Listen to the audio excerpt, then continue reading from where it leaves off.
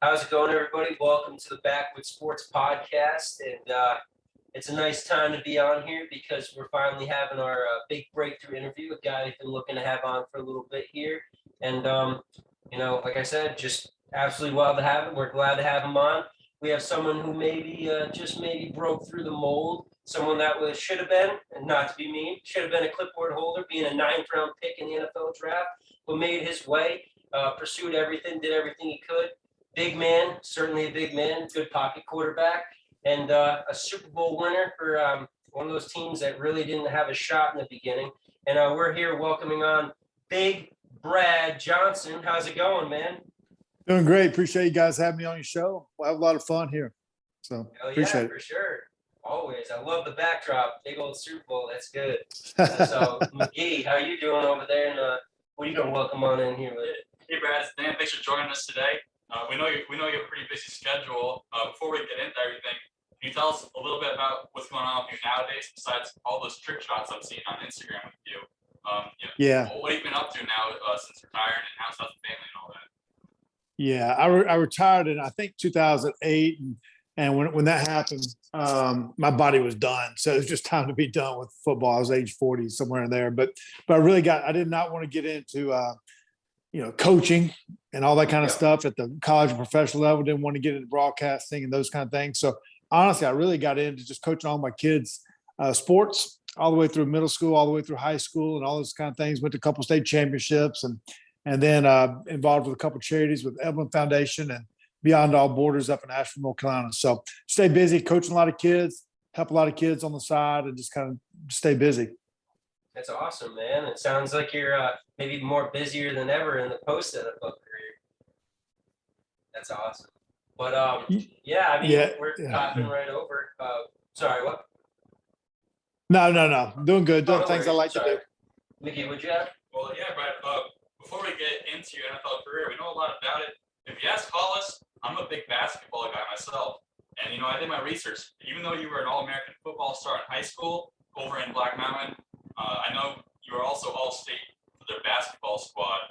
And, the NFL has you listed as 6'5", 235. I don't know what you were in high school, but I'm sure it's above the average. What position did you play in basketball? And was football your first love, or was it something else? No, basketball was my first love. I never missed a day of playing basketball from my second grade all the way through my freshman year of college. I loved basketball. That was my childhood dreams of Larry Bird and Chris Mullin and all those kind of guys, North Carolina basketball. That's how I grew up. And football, I was good at throwing a football. I was good at throwing a baseball, but I never really, really worked at it, to be honest with you. And I made All-American in high school, but that might have been more potential. In high school, I was all about trying to go to the University of North Carolina and playing for Dean Smith, and my childhood dream obviously was to play for a guy named Bobby Crimmins. He was the head basketball coach at Georgia Tech at that time. And there was a guy in my high school named Brad Doherty, who was a 7-foot center, All-American, and he kind of set the tone for what was in front of us in our high school. But I kind of grew into football as a late bloomer, and then I had to make a decision at some point. What was going to be my long-term future, and I had to make that decision to go ahead and play football.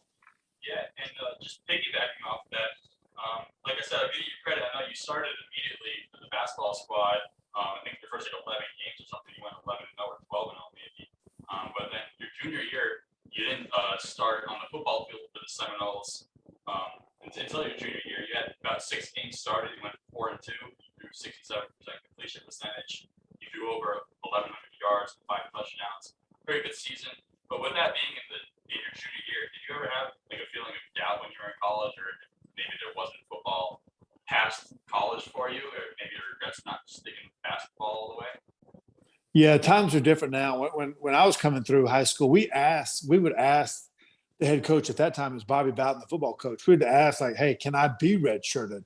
Now you're like, hey, can I compete for the job day one as a freshman? Times have kind of changed, and the work your way up the totem pole, those kind of things are a little bit different now, I think, for kids these days. And but I was redshirted in football, then went ahead and played 2 years of basketball at Florida State. But I had to make a decision. I was a little bit. Football season was going so long. Basketball season, we'd go in the NCAA tournament. I'd miss half of spring football, so I was kind of competing against players in both sports and fighting for my life in both sports So too. was there something? But I had to was make there a long-term. Go ahead. Sorry, go ahead. Sorry, you No, go finished. ahead. I was just gonna ask, was there something specifically that shifted you to focus on football and say, I want to go to the NFL, I don't want to try to go to the NBA? Yeah, I was a good role player in basketball. I mean, scored 2,400 points in high school. I mean, that's what I did. I was scoring 25 points a game. You know what I mean? But at some point, you know, we had some great players on the basketball team too. Now I ended up being a role player, a 3-point shooter kind of thing, but just a passer to everybody else, and went to the NCAA's twice, and it was great. But I knew I wasn't going to be a pro basketball player, and I knew I had more potential. I really hadn't worked at football. And the prototypical guy at that time was a guy named Vinny Testaverde, who'd won the Heisman at Miami, 6'5", 225, like a Greek god. You know what I mean? With his, I mean, he still could bench 225 30 times. You know what I mean? But that was the guy that I wanted to kind of be like at that time. And so I knew I had to make a decision because I was competing in both sports. If I was going to go for it, I had to go for it in football. And that's what I went there on a football scholarship. But I was kind of in between playing both sports and wasn't going to reach my full potential by playing both. Yeah, so you bet on yourself, and I think you came out with a win on that one. Yeah, most You definitely. always got to bet on yourself. Always. Yeah, for damn sure.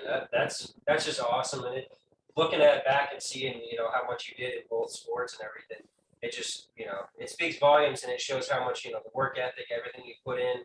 And I feel like you said before, nowadays people come in and they kind of just not fall into it, but you have a lot more avenues, and, there's Instagram, there's all these things to be able to get noticed more. And, I feel like sometimes the work ethic isn't, it's not as big of a part as it used to be. A lot of it can be, I guess, maybe shifted out of it. But I'll roll into this next question, though. This is one I was just big on. So you being a 9th round pick in the draft and everything, and like I said before, most guys being in the later rounds, being clipboard holders, and it's not to be like a bad tag, but just being the guy to, be behind the guy, and who knows if you get the chance. Sometimes it's, Drew Bledsoe, you're in there. Sometimes you're sitting there the entire year, and it could be the next season. So being in that spot and being in that pick, how did you feel when that happened? Was it still a feel of excitement, or was it kind of I got to come here and show them that's not where I should be, picked at? Yeah, I was a late bloomer. I didn't play that much in college. I only started 7 games, like we talked about, and the work ethic was there. But I was so into basketball, I didn't fully develop in football. And so I was fortunate enough. I went to a place in Minnesota, 9th round pick. I thought I was the best quarterback in the draft that year. Honestly, but the other teams didn't think that. The other GMs didn't think that. They were probably right. I wasn't ready to play. And sometimes guys get thrown into the fire too fast. Drew Bledsoe, he was ready. Peyton Manning was ready. Now I can list you players that weren't ready. They're sitting on the couch after about 2 years of their career. And I look at Super Bowl champions. Aaron Rodgers sat 3 years, and Tom Brady, he sat for 2 years, and Eli Manning sat for 6 months, and Steve Young sat for a long time, and Brett Favre, he sat for a year and a half. We can go through the whole list of all the Super Bowl champions that kind of sat. You sat and you made your way in, and you learned the process and the team exactly you were with in the system. And I mean, it's a way to grow, but I think a lot of guys, especially with the college, I wouldn't say it's near to the NFL, but it's a lot more catered to the NFL nowadays, and it makes it easier transition. Yeah, the game has changed. The game is kids are more ready to play now. They're doing it in middle school. They're running check with me systems. But I think I was the last quarterback that ever took every snap in the professional NFL league underneath center in 2003. So guys now, they don't know how to take a snap from underneath center, but they're doing football year round. They're in check with me systems in middle school. They're playing all the Madden football games. You kind of see real plays. You get to see you're doing 7-on-7 leagues. It's year round almost. And so guys are developed faster now. But going back to my first year in Minnesota, listen, I was grateful to be drafted, grateful to be on the team. I was behind Rich Gannon and Sean Salisbury, and Wade Wilson was there. And it took me time. And then the next year was Jim McMahon, and then Warren Moon came in. But yeah, I was just grateful for any rep that I could get, and grateful for they gave me time to develop. And that was the greatness of, Minnesota Vikings and Denny Green at that time. Yeah, for sure. And with those names, Moore and Moon and Gannon, is there a guy out of those, kind of an improv question, but is there any guys out of those that really helped you propel going into the NFL and learning more exactly? Yeah, it's an interesting thing that I don't believe in the word mentor kind of thing. Yeah. I believe in a working together relationship. And when I first got there as a rookie with Rich Gannon, I was way behind as far as just like learning the system, how to call the plays, and it was just a lot to take in as a rookie for any rookie.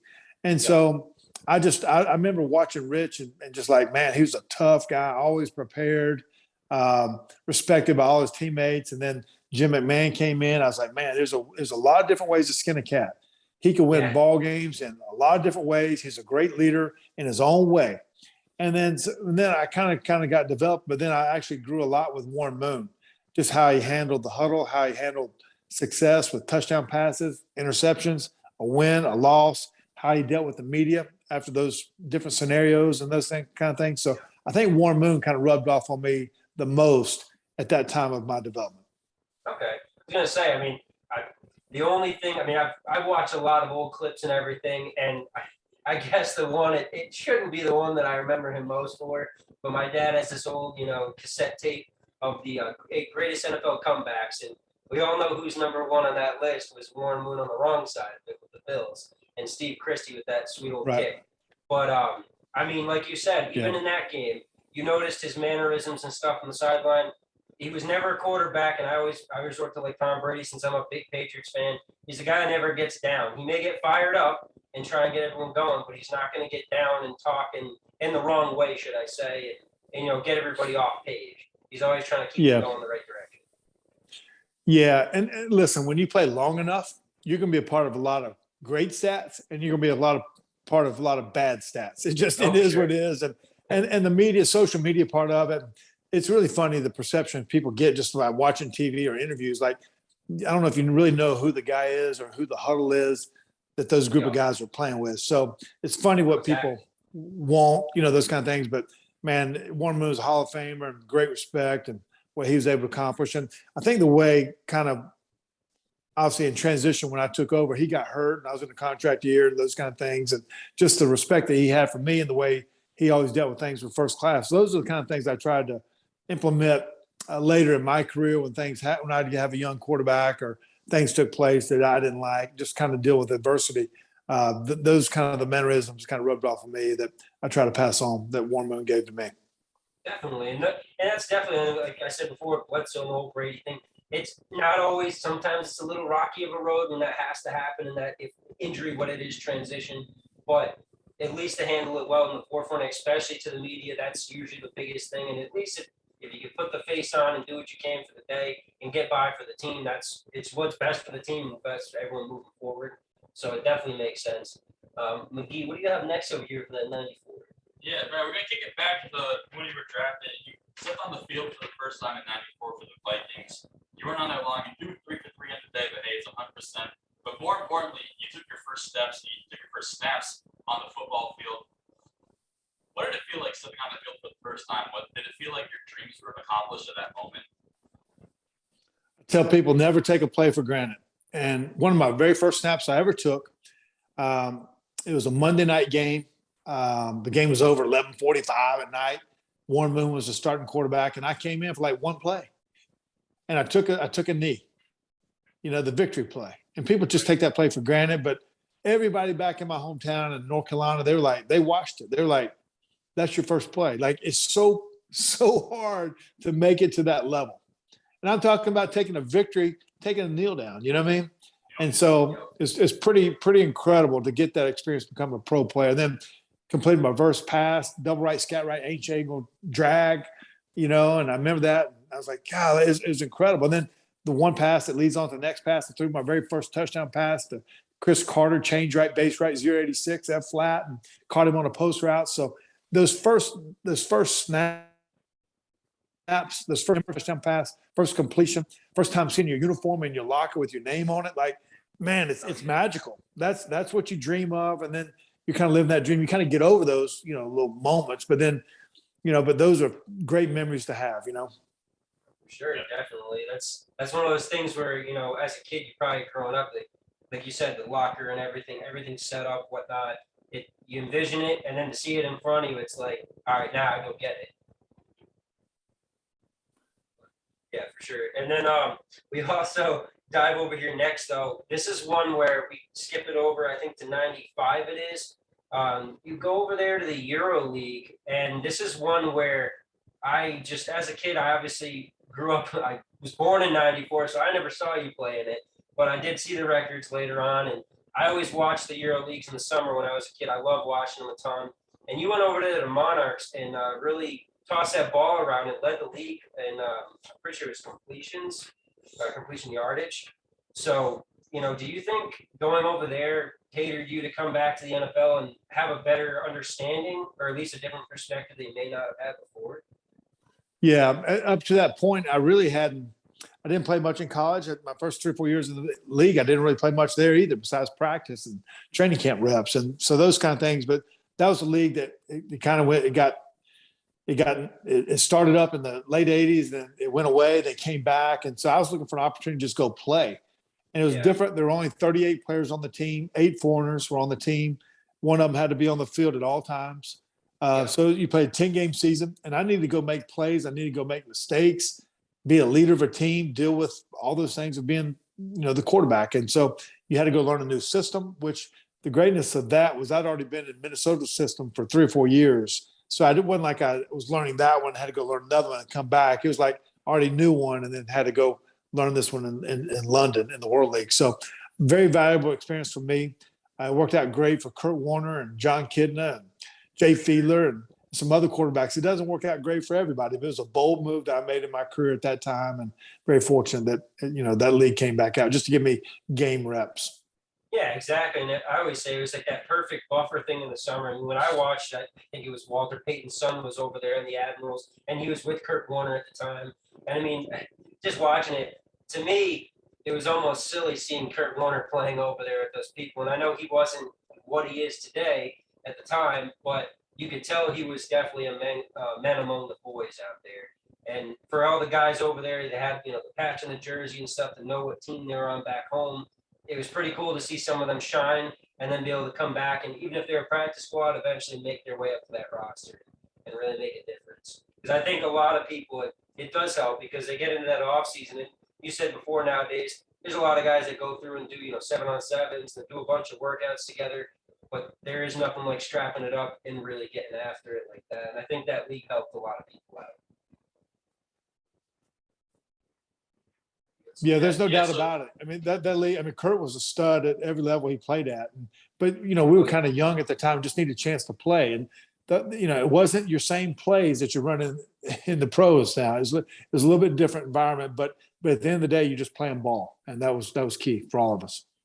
Yeah, exactly. And I kind of find it funny because I did my 1 year in arena football. It was a small time arena league.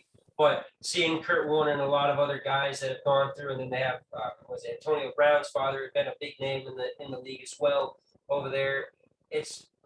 I'll say one thing: it's a different animal jumping in between those walls and having half the field to deal with, because it's everything comes at you a little faster, I should say, and the routes have to be a lot more crisp. Not that they're not in the NFL, but it is on a dime. That's for sure. No doubt.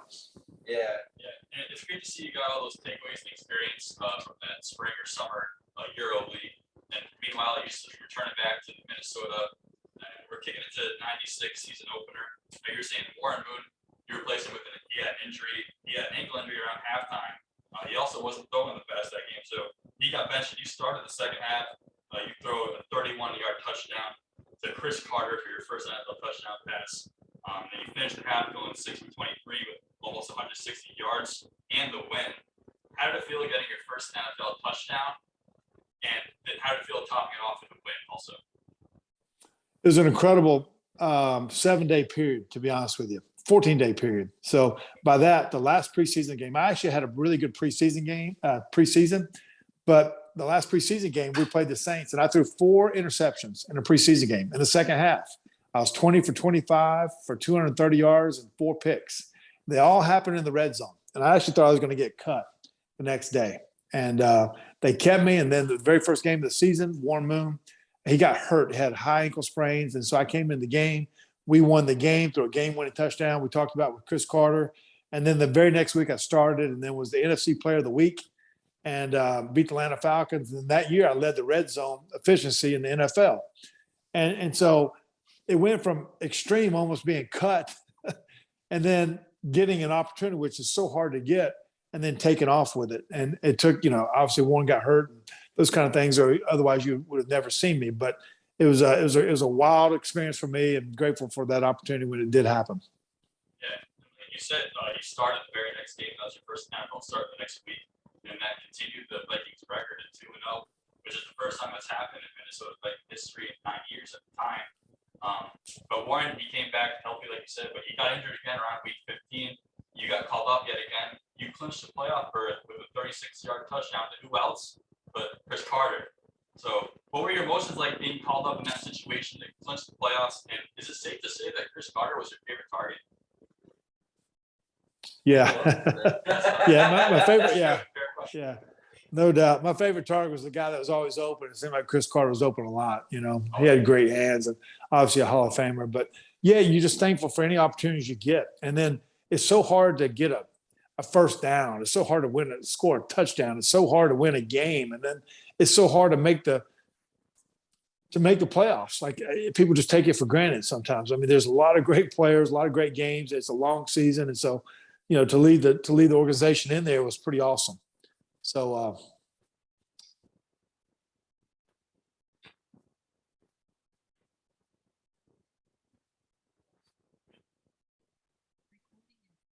right. So we get over here next to this next question. This one I've really been waiting to ask because we saw it and watched it a couple times, and amazed is just the least I can say. So it's week 7 of the 97 regular season. Carolina Panthers, it's 3rd and goal at the 3-yard line with 14:18 left in the clock in the 4th quarter. Do you remember that play? And if you do, can you take us through that absolutely wild sequence that happened? And to note, you were the first to ever do it.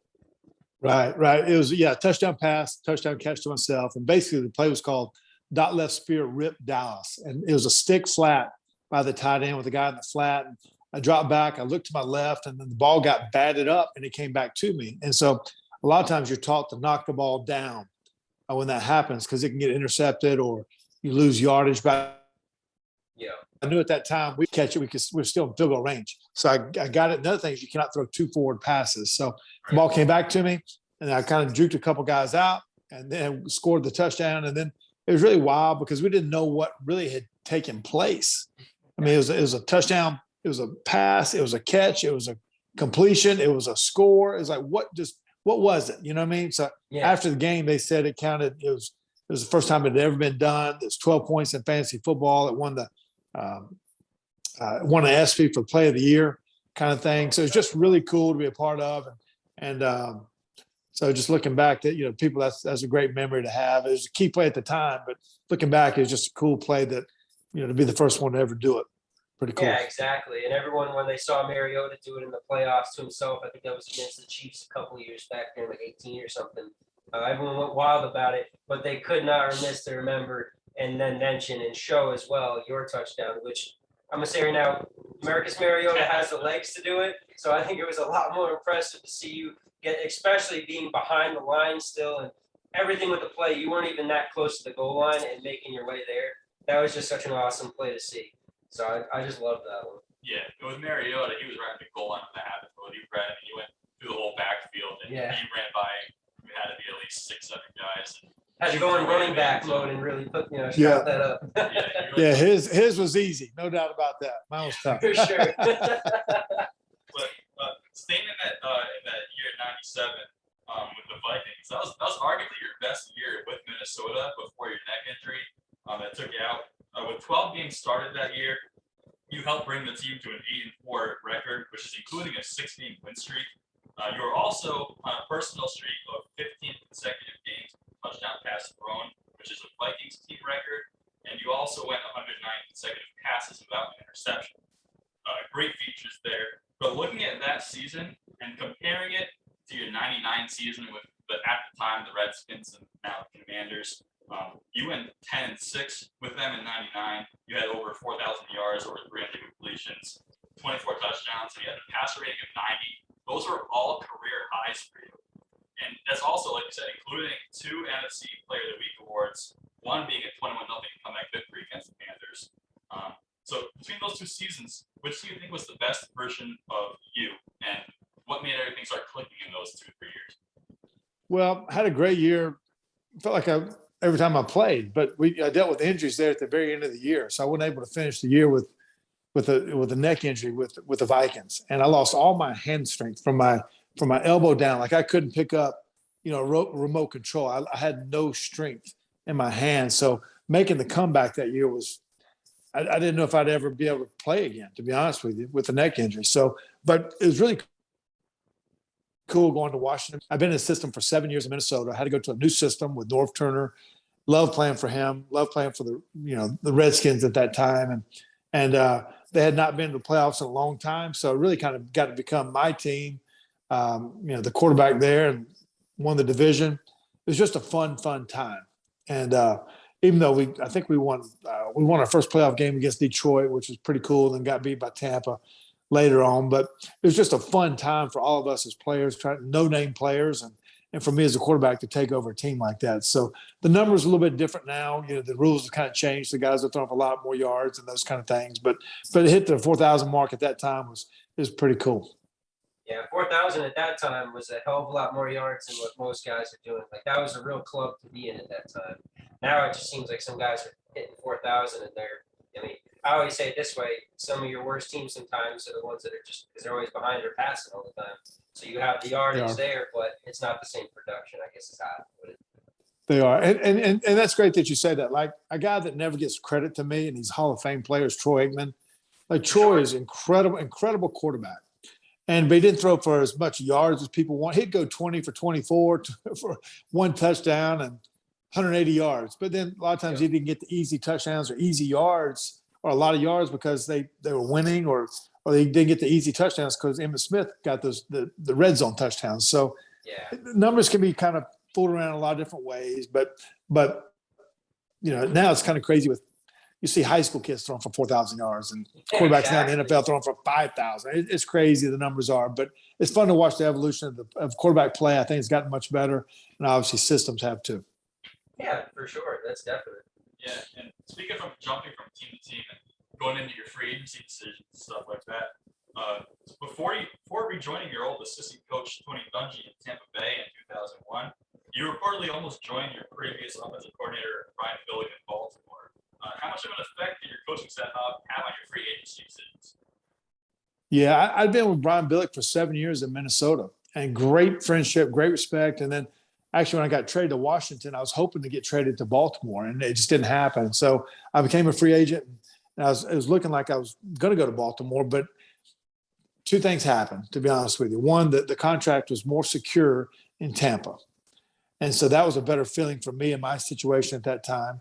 And two, Tampa had never won a Super Bowl. They just won the Super Bowl with Trent Dilfer. And so it's kind of like it's a sequel. I wanted to be the first one to have ever done it for a franchise at that time. I felt like it was a great fit in Tampa for my skill set. And I think both of them would have been great fits. But Tampa just felt like it was the right one.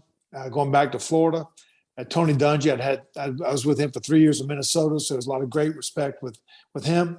And I knew there's a lot of guys on the team there at Tampa too. And I'd played against them a bunch in Minnesota, being in Washington. So just a lot of great respect. It was an easy transition for me.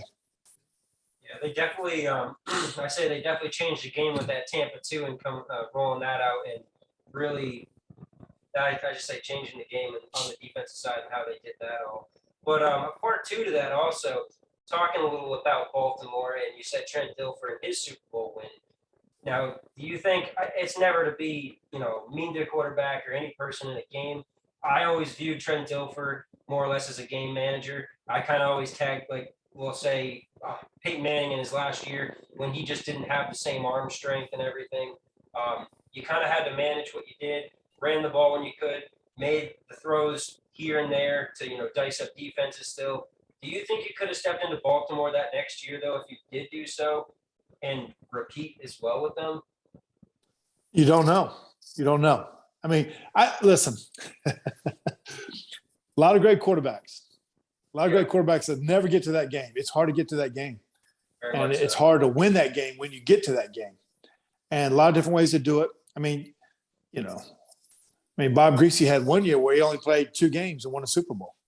Yep. Played the first game of the season and then the Super Bowl. And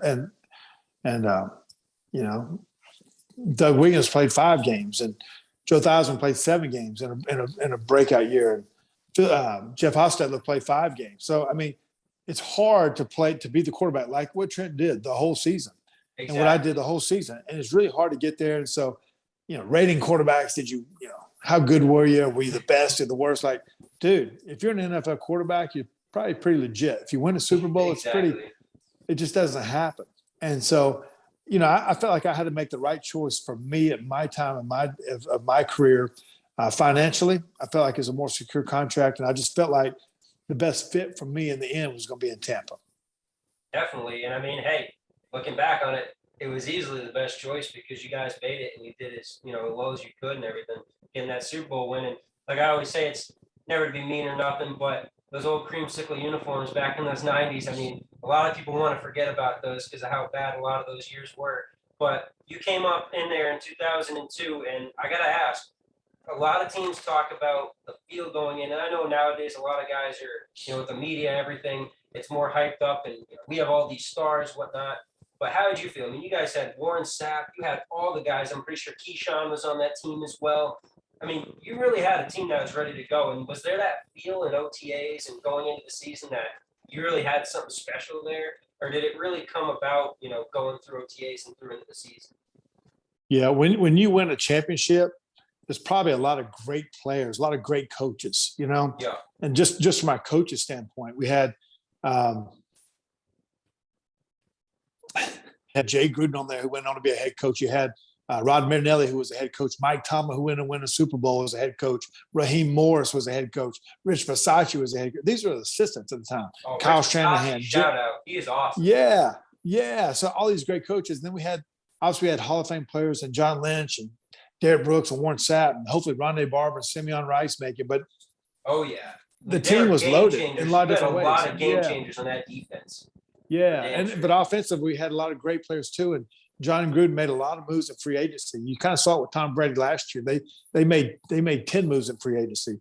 I think we made 15 moves in free agency. You saw it with the Rams this past year, what they deal with Matthew Stafford and Beckham and all the above. So, but you got to get hot at the right time. You got to have a great team, and then you just got to be able to come through in the clutch. And so Gruden, he came in, he made practice tough. He inspired us. He challenged us, and we were 3-1 every 4 games of the season. We ended up 12-4, and just kind of just competed every day in practice. It wasn't always the Super Bowl it was there in front of us, but we never talked about it. We just talked about how good can we be today in practice. Exactly. Let's win this week. And that's kind of the approach we took. But at that time, none of us had won big in the playoffs. And we've been close, but hadn't done it. And so we all knew we had to do it at that time to validate some of our careers and what we wanted to accomplish. For sure. It was just that unspoken goal that everybody, I mean, no matter what, any team at the beginning of the day, you go into the season working for that goal. But it was just that kind of unspoken thing you knew you had to do.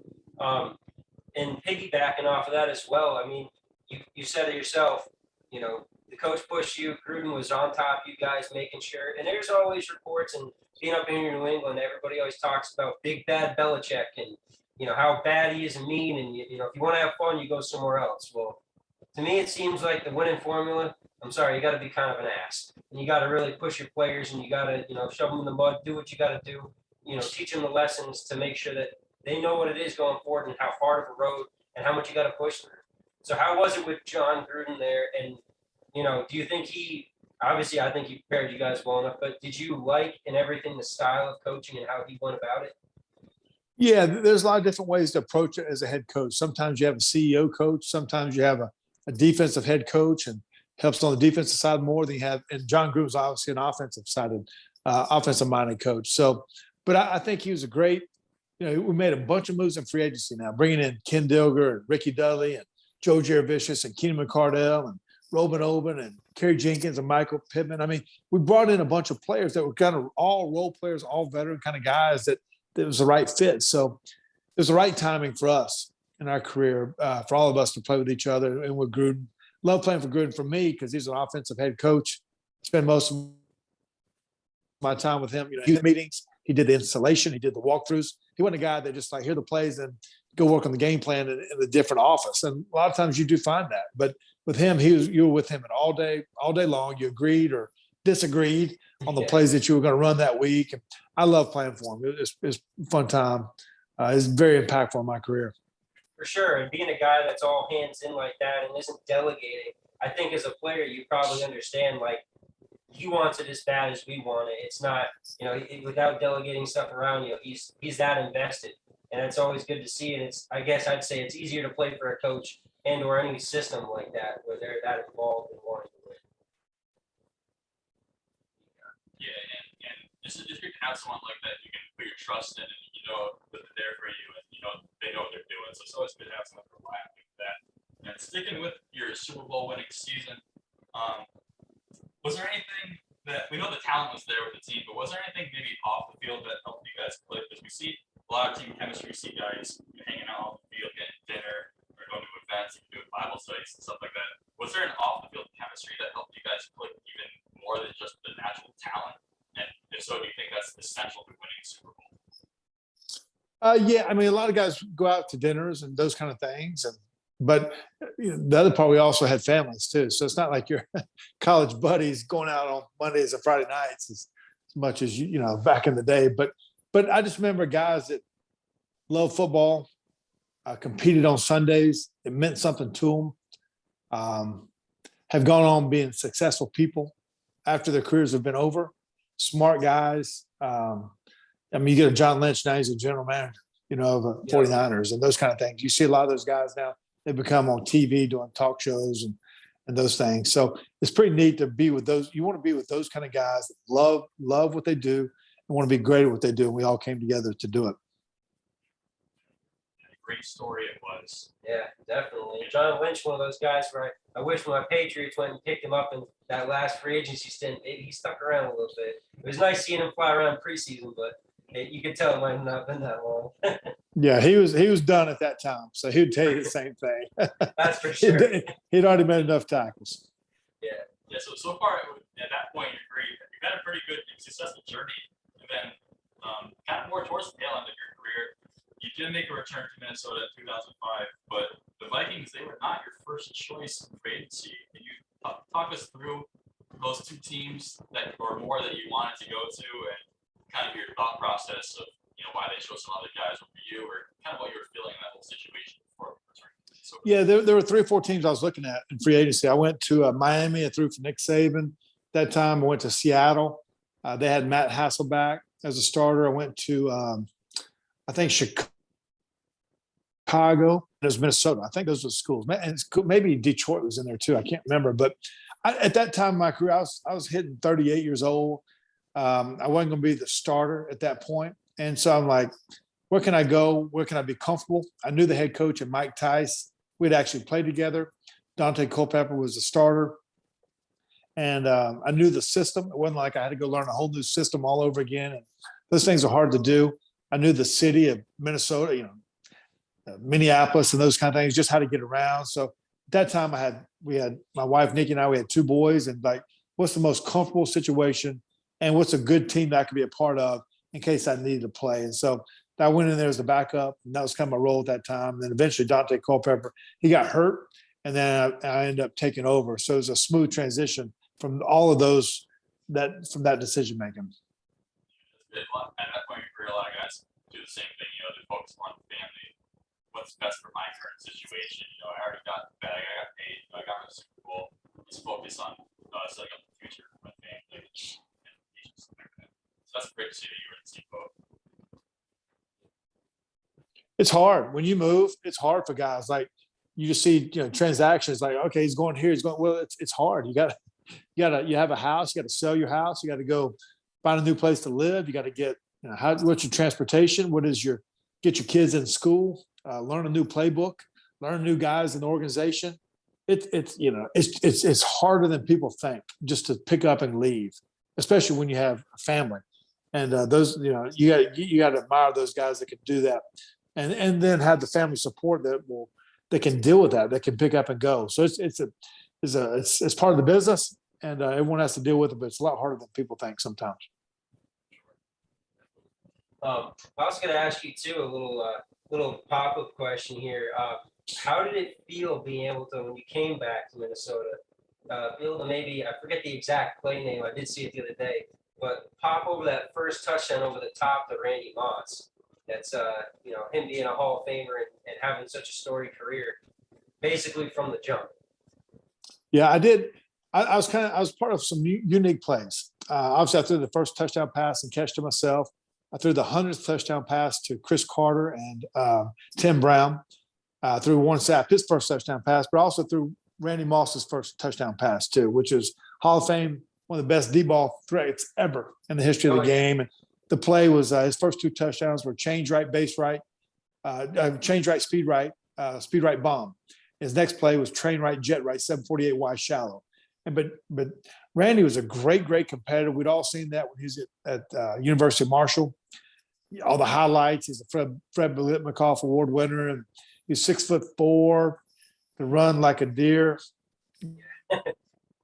Great competitor, and so it's pretty. You can never outthrow Randy Moss. You know what I mean? If he put up his hand, he's going by somebody. He always told me, "I'm never running full speed unless it's Deion Sanders, Darrell Green, or Dale Carter.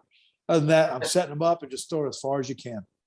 Yeah, that's for sure. And like you said, I look at Deer, man. He even seeing when he was in New England, he might have been on those, the back nine, but he still had the legs to just absolutely burn almost anybody in the way. It really didn't matter who was there. And it was funny, you say, as soon as he threw the hand up, the ball's in the air, and even if you had to give a little more gas, the other guy probably wasn't able to have that much more gas to give to get to him, because he would separate like in a matter of a point of a second. And it was awesome to see it in person, because I had tickets for most of those years, and to see him just absolutely dice up defenses and at times get in between in the middle. There was nobody that could catch him, and especially with that size, he just really separated himself from everybody pretty easily. Yeah, there's no doubt. I mean, that's what you remember when he throws a hand up. He's going by you, and then everybody sees it on Monday night. The thing of you got mossed. You know what I mean? So he mossed a lot of guys. He could jump over people and could adjust to the ball. He's a special player, obviously.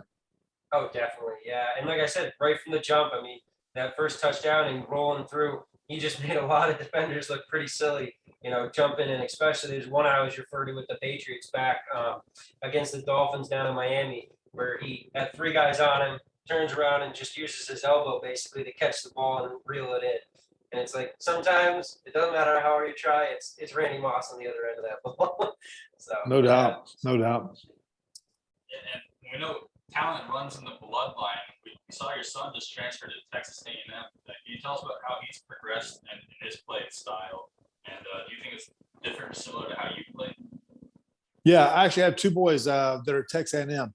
My youngest son, Jake, he's a tight end. He was All-American in high school, and then he's early enrollee at Texas A&M. And then Max, he's in his third year in school. He was at LSU these first 2 years and was in the transfer portal. Just had to pick a place where he thought he could be. They could win it, on the highest level. Hopefully, win a national championship, and then be coached, and then want to play for Jimbo. That's kind of the way it went down. So, but Max, he wears the number 14, just like I did. I don't know why that is, but he's left-handed. He's left-handed kid. I'm right-handed, and all his life he learned how to play from underneath center. So all the play fakes, the pro game, it kind of fits his style, to be honest with you, especially from underneath center. And then got a strong arm. He can get up and dunk it any way he wants to, and those kind of things. But he's in competition right now, trying to earn the spot there at Texas A&M, and then but just grateful for that opportunity. Best of luck to him. Yeah, for sure. And what you were saying, you teach him, a lot of, I say, the old tricks in the bag there with being under center and learning all those little tips and stuff. Do you think that's going to I would say more or less win him the job, but do you think that's going to separate him and really show, especially with a lot of, just rooted coaches in these leagues, especially college, do you think they're going to notice that real fast and be like, this guy's going to progress a lot faster than the others? Yeah, I think Max is about 6'5", 220 quarterback. Can anticipate, can throw guys open. I think the biggest thing for quarterbacks, honestly, is understanding your protections and then being able to get through your progressions. So some coaches, they're just RPO coaches, fake it and then throw to the one guy. Some guys can they just only give you one side of the field to read. Some coaches, they can give you the whole field to read. So Max is a kid that he can dissect it pretty fast. and get through it and understands his protections. And then just you want to be surrounded with great players and a chance to win. And so I think it's a great fit for him being with Jimbo there at Texas A&M, and just looking forward to him progressing as a player, and then just going through the college experience too. That's a big deal, not just all ball. Yeah, and I kind of feel like with you saying there, that whole point, it's I guess watching people like Brady and other people with great quarterback status, that it's not to say people that aren't stand-up quarterback in the pocket guys aren't always the top guy, but when you see people that maybe do a little extra, and like Lamar Jackson, RPO guys like that, at times it looks a little improv, and I think that's kind of that mainstay is at the end of the day, a lot of the pocket passers being able to read the field, being able to be stable, calm, collected, everything in the pocket is going to lead you through those big, hard moments, especially the ones where maybe it's not going right all game, but then you can turn it on, turn the jets on and really go, as opposed to when you're doing, like you said, you don't read the whole field, you're reading one side, or you're really just going this or this. And when they're both not there, what is it? It's like, swirl at that moment. You don't know what to do. So Yep. I kind of feel like that separates a lot of the guys in the playoffs, and maybe, just maybe, why a lot of those RPO guys don't see the Super Bowl, or at least don't see the ring itself. You are 100% right there, my friend. It's listen, defense coordinators, they hate facing, the kid that can run around and make plays. It's like, how are we going to stop it? It keeps coordinators up all night long. But as a coach, at the end of the day, you want a guy that can make plays when things break down. But at the end of the day, you want to know that you're going to take care of the ball, and you want to know where the ball is going to go, and can you make plays in the clutch? And so when I see it in the end, it's usually the guys. To me, the game of football is a passing game. Okay, Sure. So it's you got to, and by saying that, like, games are won on third down, they're won in the red zone, they're won in 2-minute situations. So it's a passing game. Obviously, you need to run the ball, protect the ball. Those kind of quick decisions, they're accurate with the ball, get the ball out of the hands to the playmakers. They're the ones that win the game in the end. They're not as exciting. So a guy like, I have all the respect in the world for a guy like Lamar Jackson, all the respect. He's unbelievable to watch. And so defense coordinators, they probably, how are we going to stop this guy? You got to stop the run and the pass. But when they watch Tom Brady, they're like, okay, guy, he steps back, he makes a 5-step drop, he gets it out of his hands. It's like, it's kind of boring to watch. And it is successful over time. For sure. And that's what I think you want is consistency.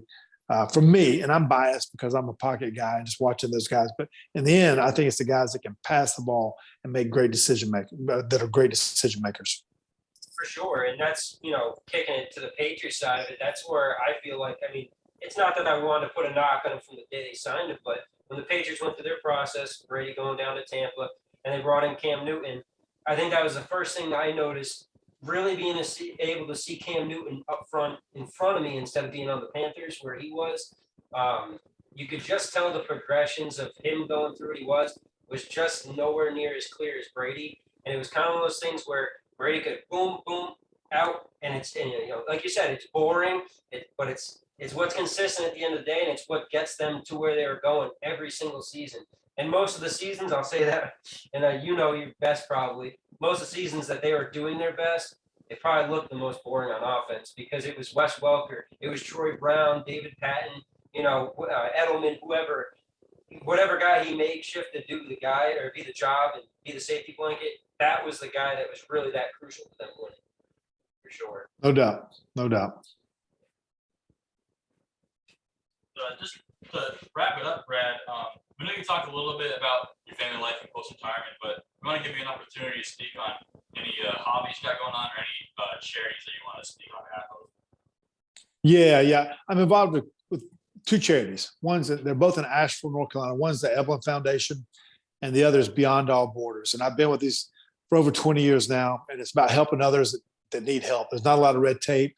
The money goes directly to people, whatever facet it needs to be to help these people. So I'm proud to say that. And I've obviously got part of these TikTok. I've been making all these kind of trick shots and all this kind of thing. And my tagline is Big Bad Brad 14. And I kind of mimic the camera and all those kind of things. But we got into selling a lot of paraphernalia and all that kind of, and apparel and all those kind of things. So all the money is cafepress.com/ Big Bad Brad 14, all the money, it goes directly to Beyond Our Borders. And that's kind of what that's about. But I love helping coach kids, coaching high school ball, and then obviously making these, helping out these charities. That's awesome. Yeah, I mean, we've always been the same way. We're no big name or nothing, but anything we ever do, try and push out stuff and help other people, do what we can, communities and whatnot, local. I'm a farm kid myself, so our family selling meat, doing what we do. It's a big thing to be able to give back and do what you can for people, especially when you've been given so much. When some people obviously as well have so little to give and still will give no matter what. So that's a huge thing in this world, and I think a lot of people need to get back on that track. That's for sure. Yep, But no doubt. man, I don't know what else to say but say thank you, because this honestly has been a great interview. Like I said before, I love the backdrop. You can't not show it off because you're a Super Bowl champion, and man, you, like I said, you broke through that mold and you made a hell of a career out of something that some people would have had maybe 2-3 weeks in the system, and then they're back home or slinging burgers at McDonald's or something. So you made it, and like we said before, we hope and pray that your sons both are big up and getting that league soon and can do damage just like you did as well.